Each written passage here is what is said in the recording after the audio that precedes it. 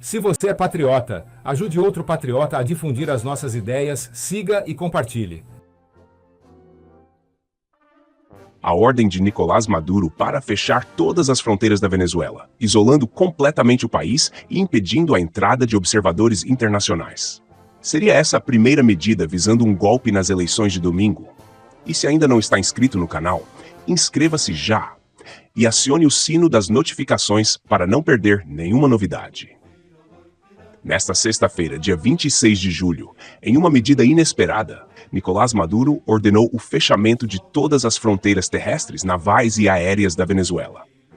Durante o dia, centenas de voos com destino à Venezuela foram cancelados, e mais de uma centena de observadores internacionais, como deputados, senadores e até mesmo ex-presidentes de outros países, foram impedidos de viajar ou foram até mesmo sumariamente deportados da Venezuela.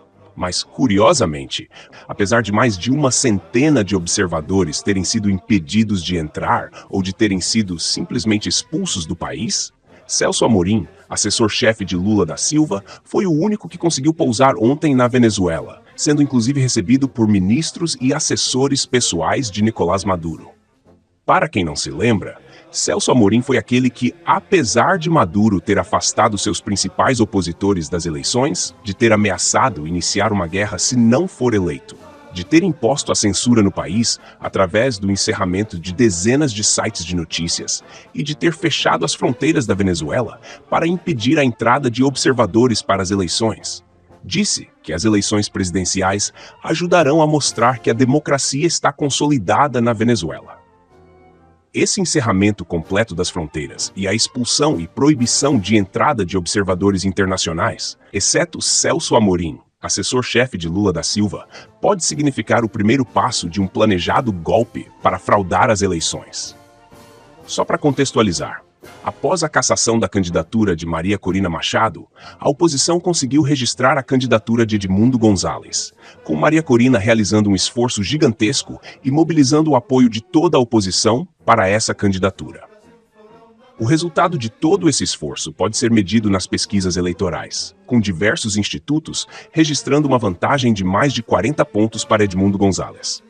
Aliás, foi por causa de toda essa desvantagem nas pesquisas que Maduro ameaçou iniciar uma guerra se não for eleito.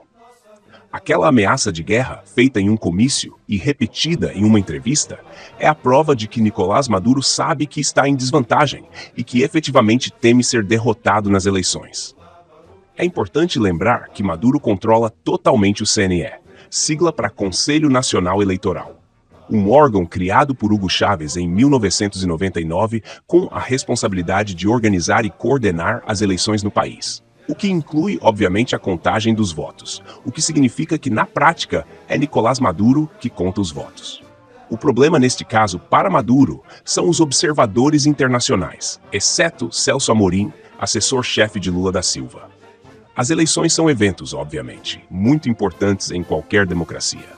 Por isso, é crucial que não haja nenhuma fraude, com a melhor forma de impedir isso, sendo através da participação de observadores internacionais independentes, geralmente organismos políticos e ex-políticos, que se deslocam aos países para observarem a votação e o processo de contagem dos votos. São proibidos de intervir, com a sua atuação limitada à observação atenta de todo o processo. Se houver algum sinal de fraude ou de má conduta, tudo é devidamente registrado e exibido para o mundo. E por isso, quando o líder de um país tem planos para fraudar as eleições, a primeira medida que toma é impedir a presença desses observadores. Por exemplo, foi isso que Alexandre Lukashenko, no poder na Bielorrússia há 30 anos, fez nas 6 eleições presidenciais consecutivas que venceu.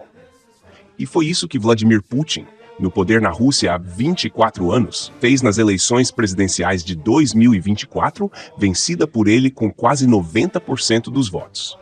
Portanto, aquilo que Maduro fez nesta sexta-feira, ao expulsar e proibir observadores internacionais para as eleições do dia 28, exceto Celso Amorim, assessor-chefe de Lula da Silva, foi simplesmente copiar uma prática comum de ditaduras e autocracias. E por isso, a resposta para a pergunta título do vídeo é provavelmente sim. Provavelmente, Nicolás Maduro, sabendo que tem grandes chances de ser derrotado nas urnas, planeja fraudar as eleições. E para fazer isso, o primeiro passo envolve justamente impedir a presença de observadores internacionais. Ao fechar totalmente as fronteiras, Maduro também impede a entrada de venezuelanos que há anos vivem exilados fora do país. Hoje, em 2024, os venezuelanos representam o grupo nacional com o maior número de refugiados no planeta. Nem a Ucrânia, que está sendo invadida, destroçada e arrasada por Vladimir Putin desde 2022, tem tantos refugiados vivendo em outros países. De uma população de 28 milhões, cerca de 7 milhões e 700 mil venezuelanos foram obrigados a abandonar o país, fugindo da opressão e da miséria criadas por Nicolás Maduro. Milhões de votos que Maduro sabe que irão diretamente para a oposição. Portanto, ao fechar as fronteiras da Venezuela, Maduro, além de impedir a presença de observadores para as eleições de domingo, exceto Celso Amorim, assessor-chefe de Lula da Silva, também impediu a oposição de receber milhões de votos de venezuelanos que podiam voltar temporariamente ao país para exercer o seu direito ao voto. Tudo isso, associado com as ações e declarações ao longo dos últimos meses, indicam que Maduro está efetivamente se preparando para fraudar as eleições e consolidar a sua ditadura na Venezuela.